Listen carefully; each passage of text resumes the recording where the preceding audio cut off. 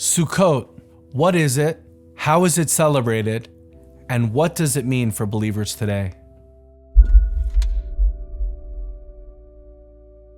In Leviticus 23, verses 33 and 40 through 43, we read, "Then the Lord spoke to Moses, saying, Speak to the children of Israel, saying, On the 15th day of this 7th month shall be the Feast of Tabernacles, for 7 days to the Lord.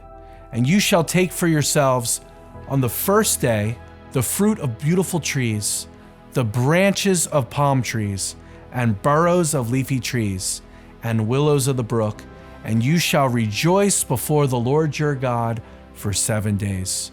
You shall keep it as a feast to the Lord for 7 days in the year. It shall be a statute forever in all your generations. You shall celebrate it in the 7th month. You shall dwell in booths for 7 days. All who are native Israelites should dwell in booths, that your generations may know that I made the children of Israel dwell in booths when I took them out of the land of Egypt. I am the Lord your God." Sukkot is the last of all the 3 fall feasts.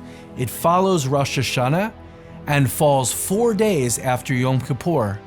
It is the final feast of the year, usually celebrated in September and October. It is one of the 3 prescribed pilgrim feasts to Jerusalem. The other 2 are Passover and Shavuot. Sukkot is a reminder of the Jewish people's former time of slavery in Egypt, and it is a rehearsal of a future time spent in God's kingdom. The main theme of Sukkot is rejoicing. The Jewish people celebrate Sukkot by building temporary booths or hut-like structures. The sukkah, as it's called, is required to have 3 walls and a roof made out of palm branches and foliage of trees, which allows worshipers to see the open sky. The sukkah is decorated with fruit and fall decor.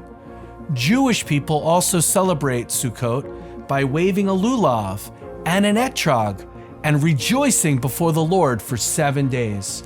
Rabbis teach that if you eat your meals in the sukkah, you have fulfilled the mitzvot, or commandment, to dwell in the sukkah.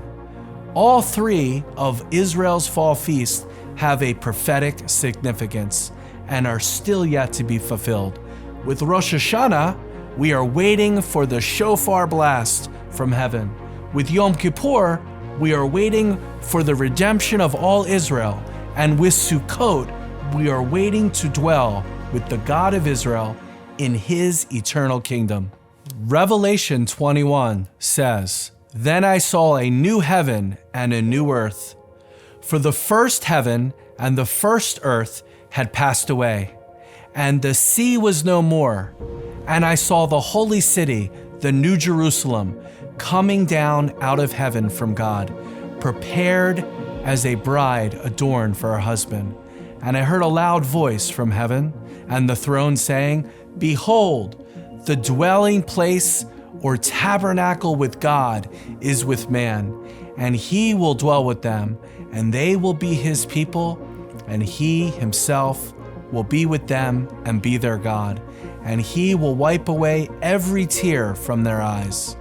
And there shall be no more death, no more crying, and no more pain, for the former things have passed away." Sukkot is the ending of God's prophetic calendar for all of Israel. And Sukkot will be not the ending, but the beginning for us as followers of Jesus, the Messiah. Sukkot is our hope. Sukkot is our comfort. And Sukkot is what we wait for, when we will dwell with God and he will dwell with us for all eternity.